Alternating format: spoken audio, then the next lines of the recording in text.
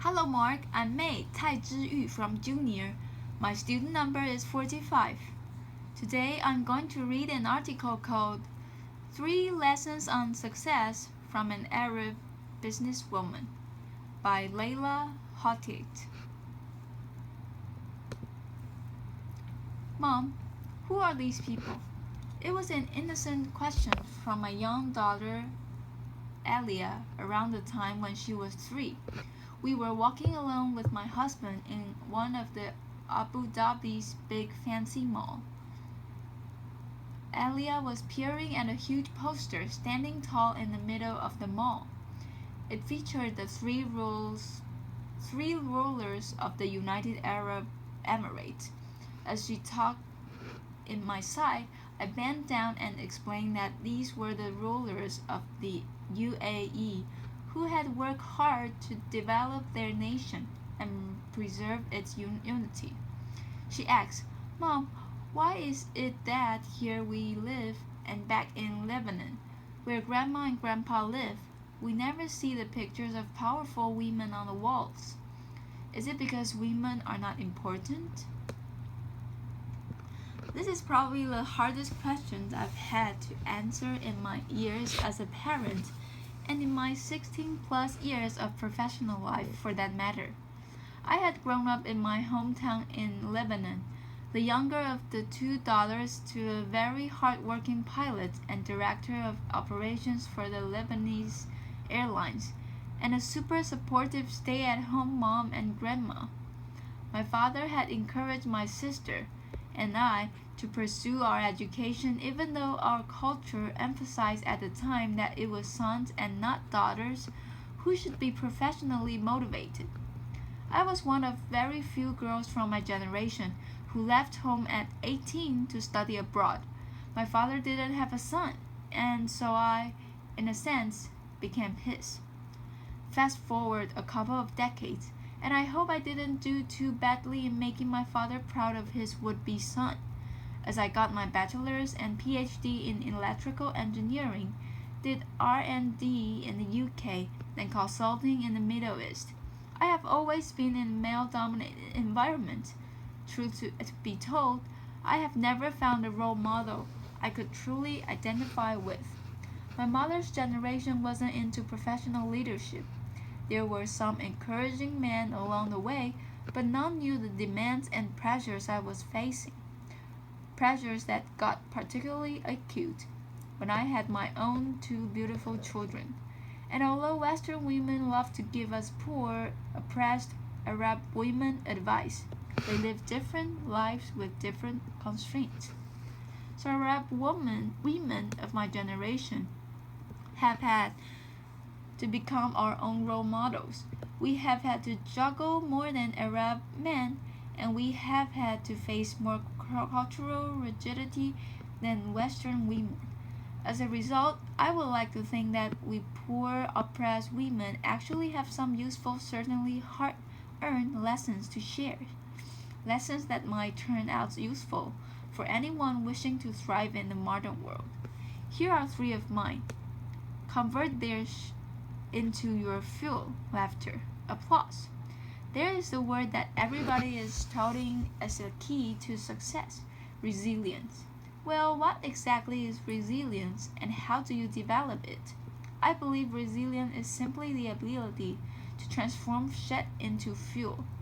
In my previous job, well before my current film, I was working with a man we will call John. I had teamed up with John and was working hard, hoping he would notice how great I was and that he would come to support my case to make partner at the firm.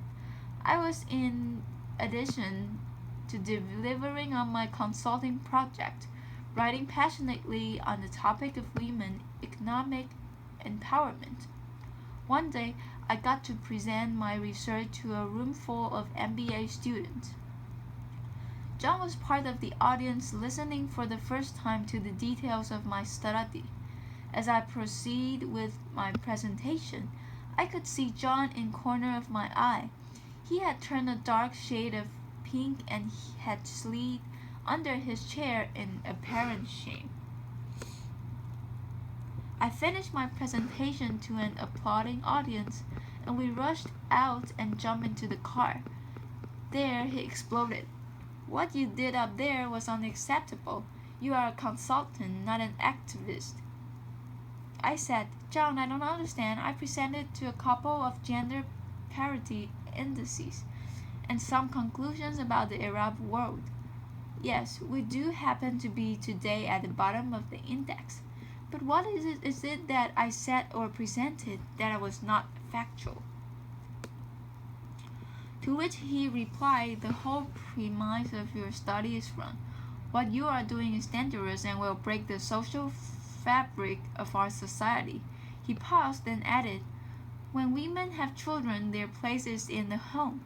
Time stood still for a long while, and all I could think and repeat in the chaos of my brain was, you can forget about that partnership, Leila.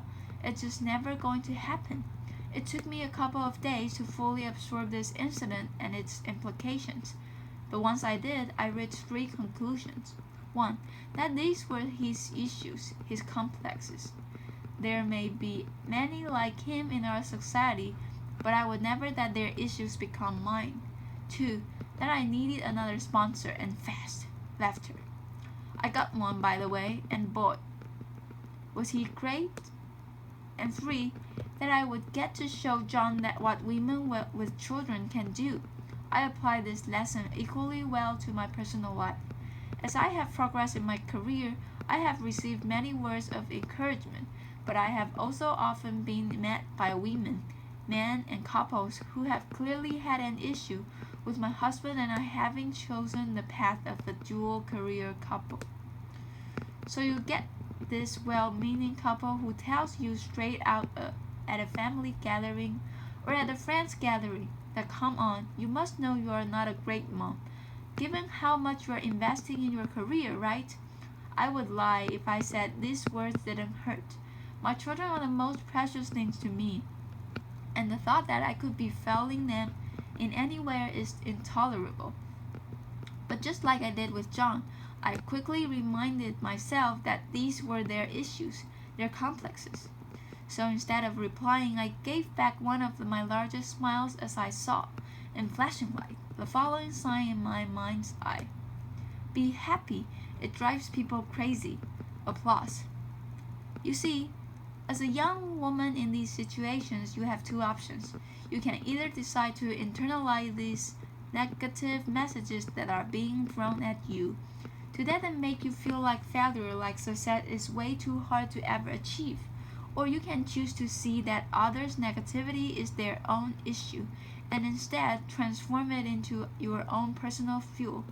I have learned to always go for option 2, and I have found that it has taken me from strength to strength, and it's true what they say, success is the best revenge. Some women in the Middle East are lucky enough to be married to someone supportive of their career. Correction, I should say smart enough, because who you marry is your own choice, and you'd better marry someone supported if you plan to have a long career. Still today, the Arab man is not an equal contributor in the home. It's simply not expected by our society, and even frowned upon as not very manly. As for the Arab woman, our society still assumes that her primary source of happiness should be the happiness and prosperity of her children and husband. She mostly exists for her family. Things are changing, but it will take time. For now, it means that the professional Arab woman has to somehow maintain the perfect home, make sure that her children's every need is being taken care of, and manage her demanding career. To achieve this, I have found the hard way that you need to apply your hard-earned professional skills to your personal life. You need to work your life. Here is how I do this in my personal life. One thing to know about the Middle East is that nearly every family has access to affordable domestic help. The challenge, therefore, becomes how to recruit effectively, just like I would in my business life. I have faced the selection of who would support me with my children while I'm at work on the strong referral. Christina had worked for 4 years with my sister, and the quality of her work was well established. She is now an integral member of our family, having been with us since Elia was 6 months old. She makes sure that the house is running smoothly while I'm at work, and I make sure to empower her in the most optimal conditions for her and my children, just like I would be best talent at work. This lesson applies whatever your child care situation, whether an au pair, nursery, part-time nanny, and that you share with someone else. Choose very carefully and empower.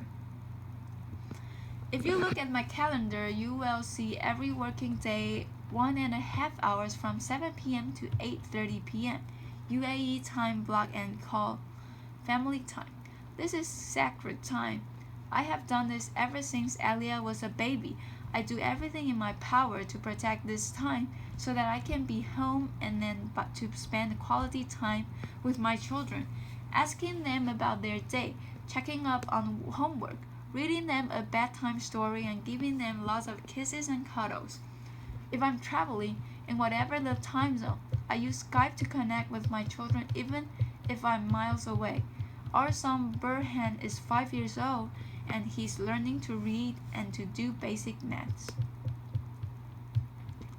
Here's another confession. I have found that our daughter is actually more successful at teaching him these skills than I am. Laughter. It started as a game, but Alia loves playing teacher to her little brother, and I have found that these sessions actually improve Burhan's literacy, increase Alia's sense of responsibility, and strengthen the bonding between them, a win-win all around. The successful Arab women I know have each found their unique approach to working their life as they continue to shoulder the lion's share of responsibility in the home. But this is not just about surviving in your dual role as a career woman and mother. This is also about being in the present. When I am with my children, I try to leave work out of our lives. Instead of worrying about how many minutes I can spend with them every day, I focus on turning these minutes into memorable moments. Moments where I'm seeing with my kids, hearing them, connecting with them. Join forces, don't compete. Arab women of my generation have not been very visible in the public eyes as they grew up. This explains, I think, to some extent, why you find so few women in politics in the Arab world. The upside of this, however, is that we have spent a lot of time developing a social skill behind the scenes. In coffee shop, in living room, on the phone, a social skill is that is very important to success, networking. I would say the average Arab woman has a large network of friends and acquaintances. The majority of those are also women. In the West, it seems like ambitious women often compare themselves to other women hoping to be noticed. As the most successful woman in the room, this leads to the much spoken about competitive behavior between professional women.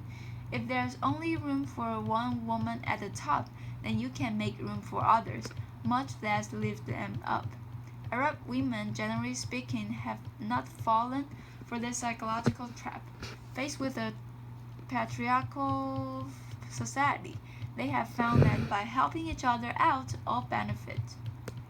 In my previous job, I was the most senior woman in the Middle East, so one could think that investing in my network of female colleagues couldn't bring many benefits, and that I should instead invest my time developing my relationship with male seniors and peers. Yet two of my biggest breaks came through the support of other women. It was the head of marketing who initially suggested I be considered as a young global leader to the World Economic Forum. She was familiar with my media engagement and my publications, and when she was asked to voice her opinion, she highlighted my name. It was a young consultant, a Saudi lady and friend who helped me sell my first project in Saudi Arabia, a market I was finding hard to gain traction in as a woman. She introduced me to a client, and that introduction led to the first of very many projects for me in Saudi.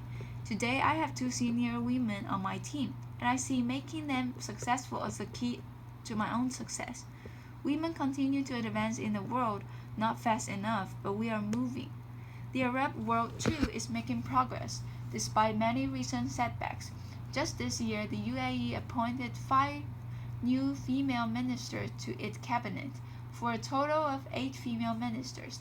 That's nearly 28% of the cabinet, and more than many developed countries can claim. Is today my daughter Alia's favorite picture. This is the result, no doubt, of great leadership, but it is also the result of a strong Arab women not giving up and continuously pushing the boundaries. It is a result of Arab women deciding every day, like me, to convert shed into fuel, to work their life to keep work out of their life, and to join forces and not compete. As I look to the future, my hopes for my daughter when she stands on this stage some 20, 30 years from now are that she be as proud to call herself her mother's daughter as her father's daughter. My hopes for my son are that by then, the expression her mother's son or mama's boy would have taken on a completely different meaning. Thank you. Applause. Thank you, Mark. This is the end of my recording.